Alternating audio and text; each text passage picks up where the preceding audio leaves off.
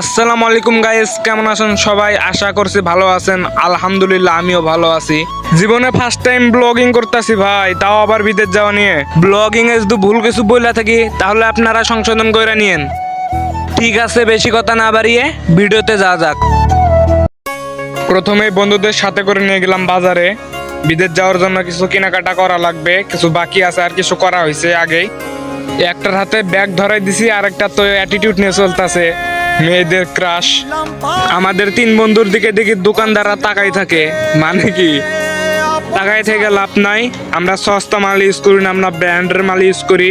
এই জন্য যাই সামনে দেখি ব্র্যান্ডের মাল খুঁজতে। এই তো মার্কেটে ঢুকতেছি আস্তে আস্তে।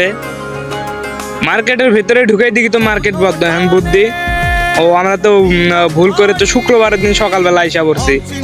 আজকে তো শুক্রবার, সব দোকান বদ্ধ। এখন কি করি? এখন দেখি অন্য দোকানে যাই, দেখি বন্ধুদের সাথে করে নিয়ে। বন্ধু এই যে বাইক নিয়ে ফাজলামি করতেছে, বাইক তো কিনতে পারবো না। এই দোকান থেকে দেখতেছি কিছু নেওয়া যায় নাকি, পছন্দ করে দেখি। দোকানদারে দেখাইতেছে, এই দোকান থেকে নেওয়া হইলো না।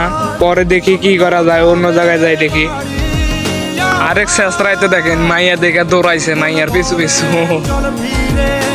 মাইয়া দেখা ভাব নিলাম কি দুইজনে, আর একটাই তো মনে করো পুরাই ফিদা হয়ে গেছে গা।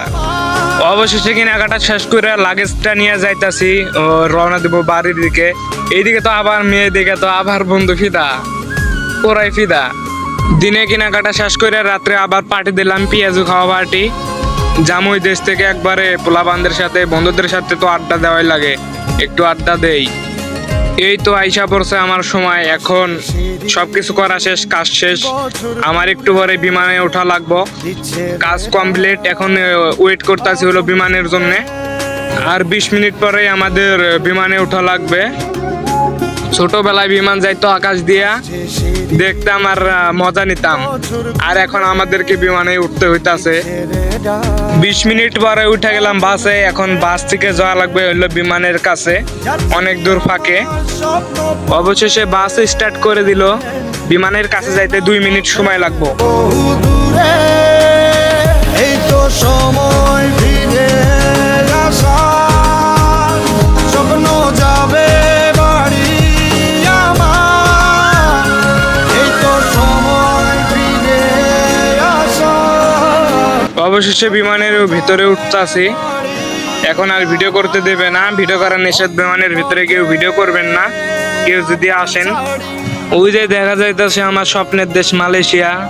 আর মালয়েশিয়া থেকে কে কে ভিডিওগুলো দেখতেছেন আমার, তারা কমেন্ট করে দেন। আমার ভিডিওটা এতটুকুই, জীবনে ফার্স্ট ব্লগিং করলাম। এই ভিডিওতে যদি লাইক পড়ে 5000 কাকা, তাহলে আবার হবে ব্লগিং ভিডিও নিয়ে দেখা। ঠিক আছে, ভালো থাকবেন সবাই, আল্লাহ হাফেজ। উঠান